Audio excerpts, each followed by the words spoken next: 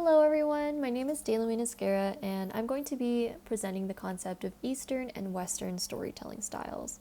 I will be comparing and contrasting the elements between the two styles, as well as provide some examples of them in different cultures and in different types of media. Before getting into the details, I'd like to first introduce the concept of storytelling itself. According to the researcher Olivier Surratt, storytelling is defined as the vivid description of ideas, beliefs, personal experiences, and life lessons through stories or narratives that evoke powerful emotion and insights. Storytelling is a form of communication that is super important and is used in numerous countries around the world. The use of storytelling allows for cultural values or beliefs to be conveyed across generations over time, which, in a way, preserves these ideas in history. Now, what exactly do I mean when I say Eastern storytelling and Western storytelling? These are storytelling styles that differ from opposite sides of the globe, and I'm going to be describing each of their distinctive features. The Western storytelling style is something we're most likely more familiar with than the other. This storytelling style originates mainly from American and European cultures. Typically, these stories are going to centralize one main character and all that happens around that singular character, meaning the journey that they embark on or the experiences they go through, the interactions they have with other characters, etc. Now, there is a difference between storytelling in America and European countries. So, most American stories are expected to have a happy ending, where problems are resolved, the main character and the supporting characters are in a great place, and all is good, right? But on the other hand, European stories may often have a gray or violent ending in some kind of way. And I'll give an example to show what that means in the next slide. The Little Mermaid is an excellent example of the difference between American and European storytelling. Most of us are familiar with the American Walt Disney animated adaptation of The Little Mermaid. We know that the basis of this story surrounds a young mermaid who desires to become a human after encountering a prince on the shore who she falls in love with. And spoiler alert, the mermaid ends up having a happy ending where she is able to get the approval of her dad to turn human, and then the antagonist Ursula ends up being killed, and she finally gets to marry the prince that she loves as a human on land.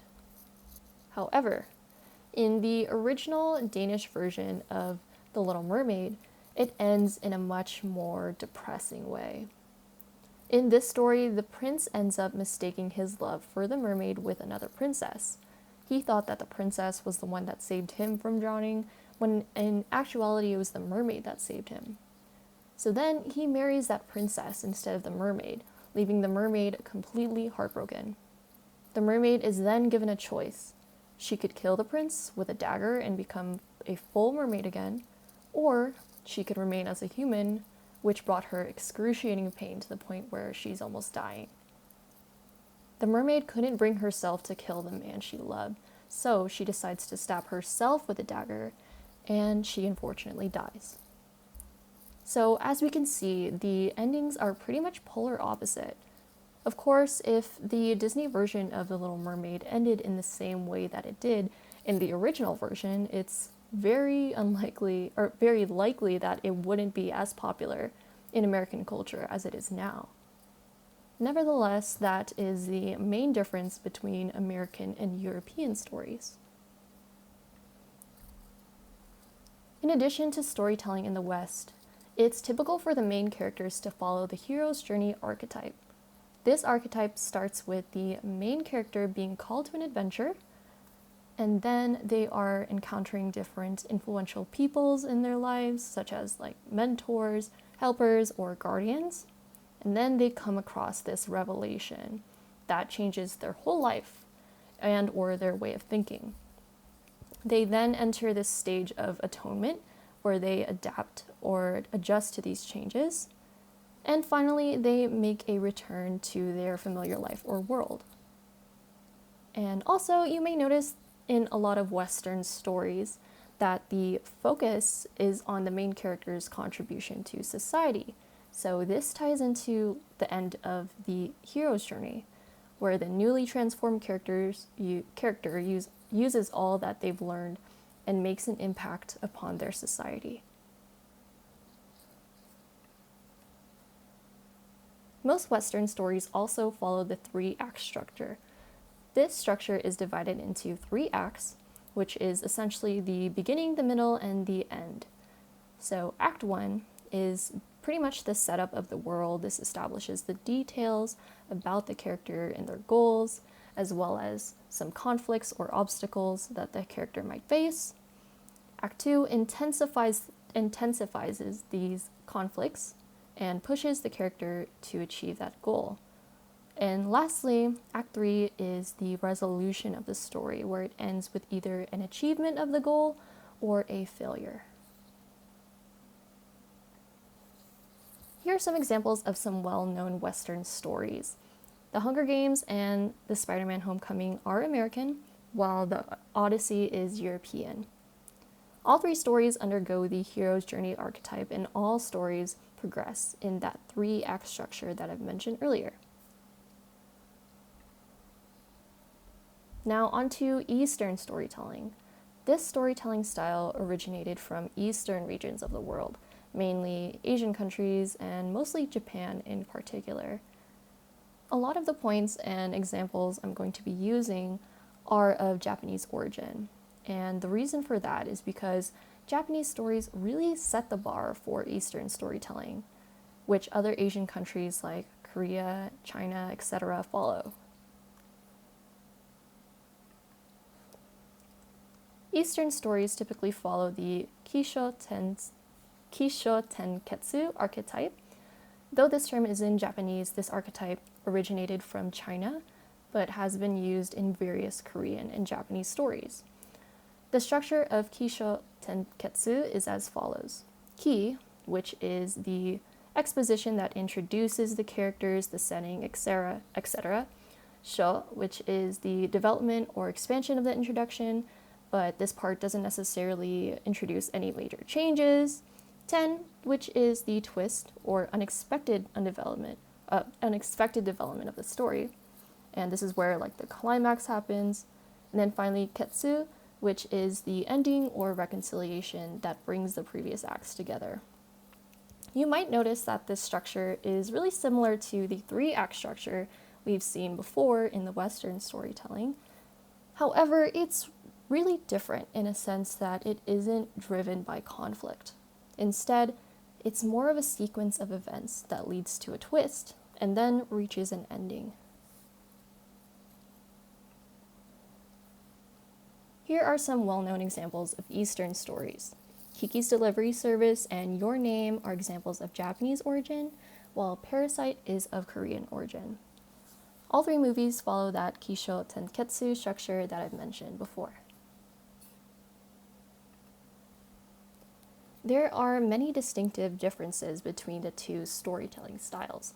You may have already noticed a few of these differences through your knowledge of the examples I provided, but if not, I will be elaborating on them anyway. One main difference between the 2 is that Eastern, or more specifically Japanese stories, tend to incorporate the idea of nakama. The Japanese word nakama means friend or companion in English. This idea refers to the group of characters that surround the main character. Each person within that group has some significance to the story in some kind of way. It emphasizes the themes of teamwork and friendship. There are different philosophies each style follows. According to T.K. Marnell, the Western philosophy is more individualistic and it idealizes victory, whereas the Eastern philosophy is more collectivistic and it idealizes harmony. There are also different expectations of what happens within that movie. In Western movies, protagonists almost never die. A main character's death is not really acceptable in American culture because it's disappointing. However, it's completely different in Eastern stories. No one is protected from death and the hardship of life, not even the main character, sadly. Finally, one main difference between the two stories is the behavior of the characters. This has a lot to do with behavioral cultures in the differing countries. To show benevolent character, Western stories will portray the character's kindness through charitable acts, while in Eastern stories, they will portray the character's benevolence by being kind and respectful to their elders. It's very obvious, especially through the philosophies, expectations, and behaviors of each story, that the Western and the Eastern stories lie pretty much on the opposite side of the storytelling spectrum.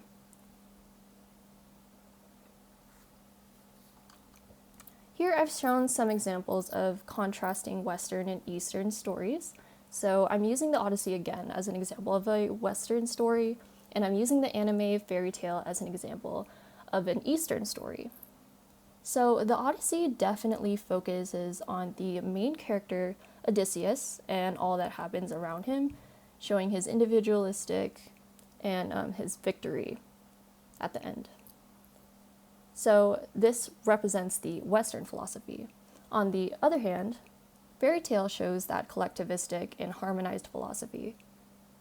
It incorporates the idea of nakama, as it focuses on the main character, the main pink one right here, the main pink-haired character, Natsu, but also really goes into depth about the stories of his nakama, which is all the characters that are around him. It can be argued that Odysseus has nakama as well.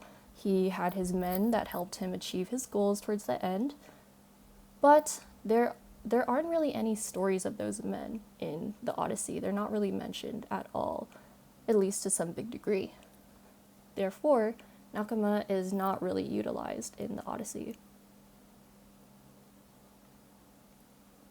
While the similarities between the two styles are much less obvious than that as the differences, there are still some notable aspects.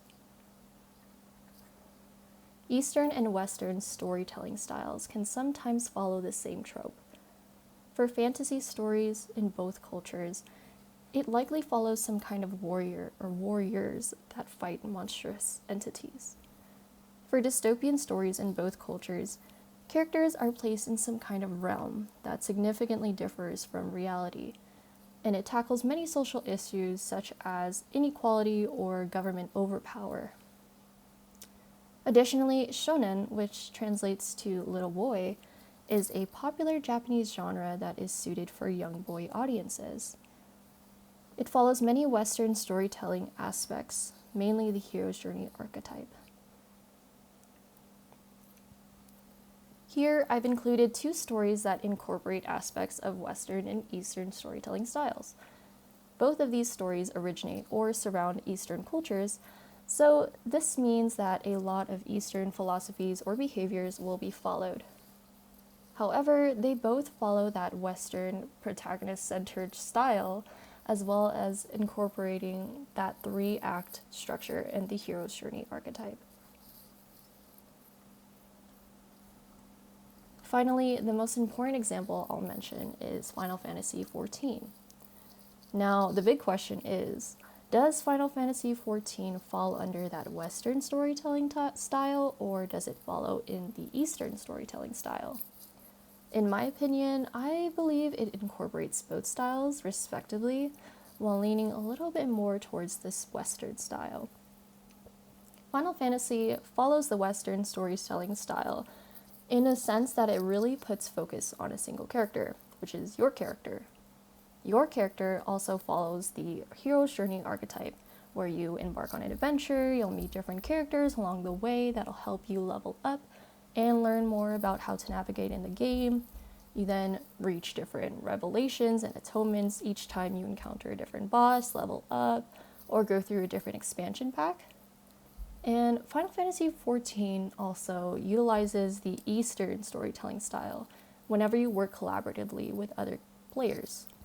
So this collaborativeness in particular incorporates the collectivistic, and harmonized Eastern philosophies. To conclude, I hope as you go through the game yourselves, or you watch any of the series or the movies I mentioned before, you start to notice the elements of the different styles, whether it be Eastern or Western. And these are my references for grading purposes. Thank you guys so much for watching.